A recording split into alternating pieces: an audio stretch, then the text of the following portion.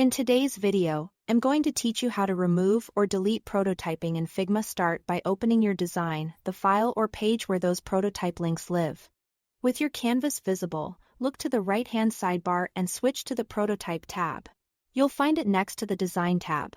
This is where Figma shows and manages all your interactive connections. And it's also what makes the blue connection lines appear on your canvas so you can work with them directly.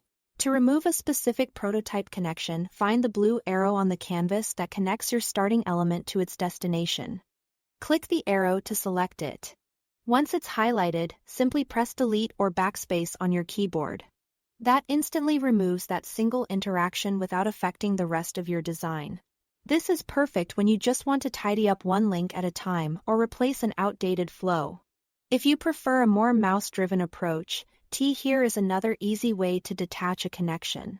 Click the same blue arrow and drag it away from its current destination. Then, release it over an empty area of the canvas. Dropping it in empty space tells Figma you don't want that interaction anymore, and it will remove the link. This can feel especially natural when you are already moving things around and want to stay in the flow. When you need a broader reset, Figma also lets you remove all interactions on a page in one step. Right-click on a frame and, at the bottom of the context menu, choose Remove Interactions. This clears every interaction associated with that frame on the page, giving you a clean slate for prototyping. Use this when you are rethinking an entire flow or starting fresh with new navigation patterns.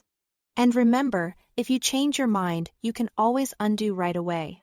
After you've removed what you need, glance back at the Prototype tab and the canvas to confirm those blue lines are gone where you expect. Keeping your prototype connections tidy makes your files easier to maintain and your handoffs much clearer. That's it. Thanks for watching.